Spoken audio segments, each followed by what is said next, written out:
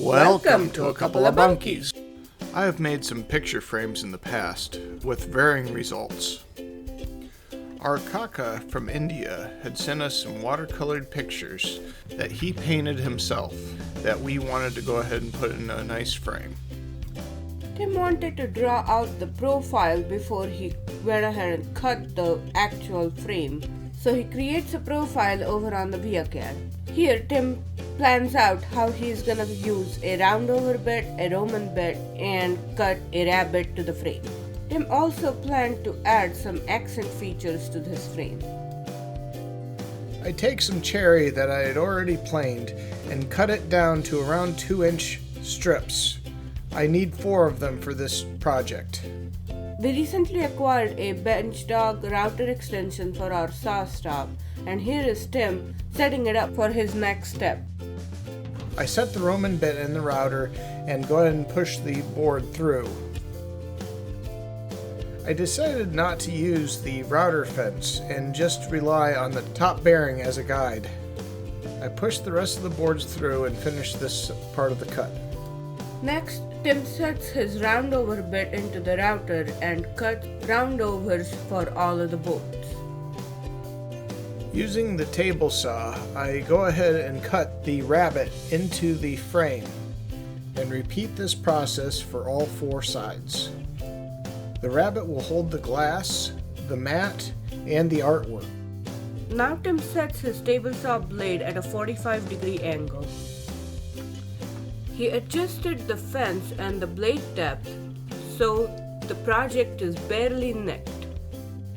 This left a small V-groove along the length of the side.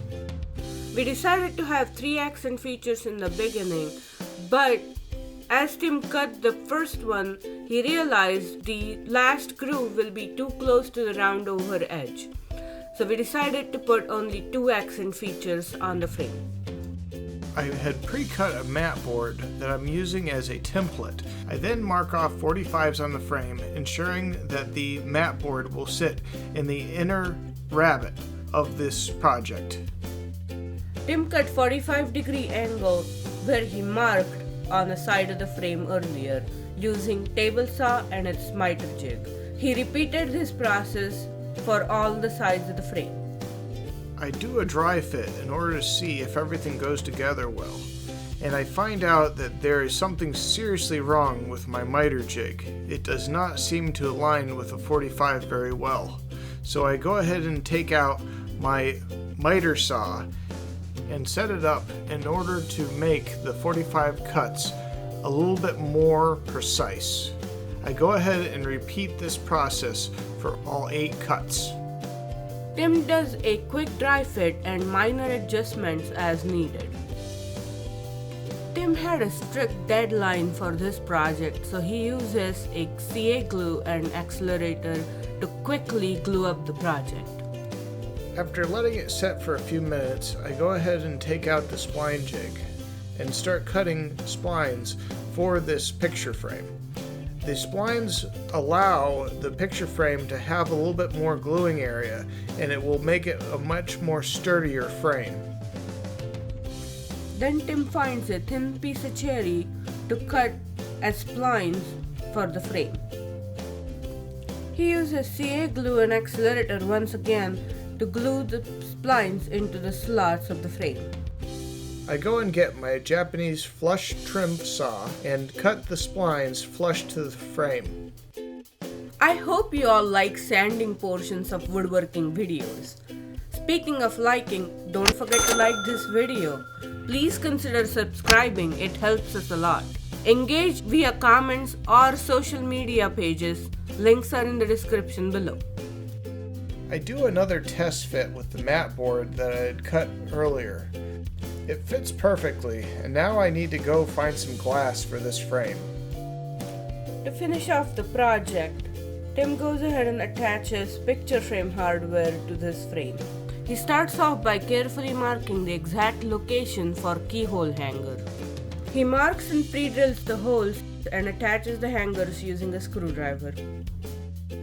So I ended up falling in love with tung oil finish when I ended up working on my sister's bunk beds, the hanging one in the video up in the right hand corner. It was a pretty darn good video.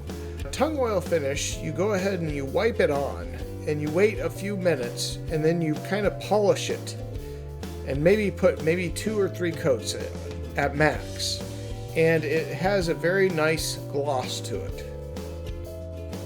Tim got the glass cut for his project from a local establishment that works with frames on a daily basis.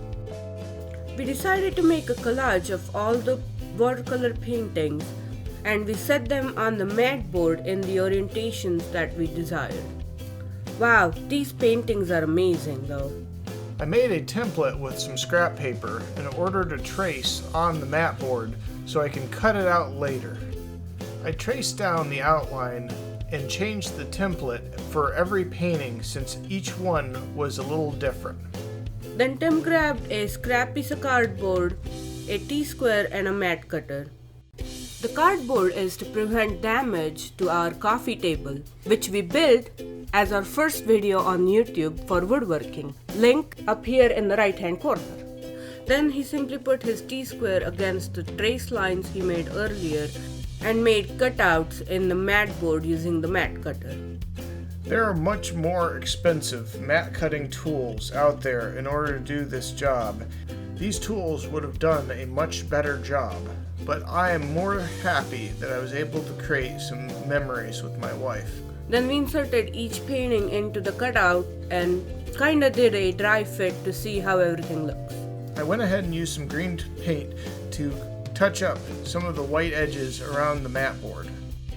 Then we taped each of the painting in its cutout. Then I inserted the artwork into the frame.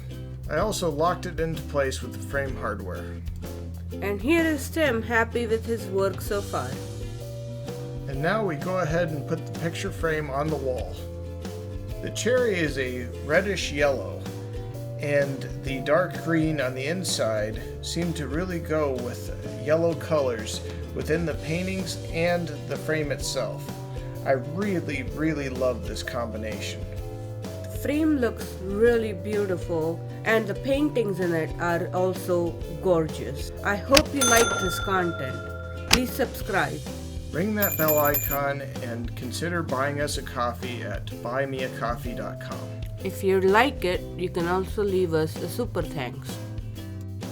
And again, thank you for watching this video.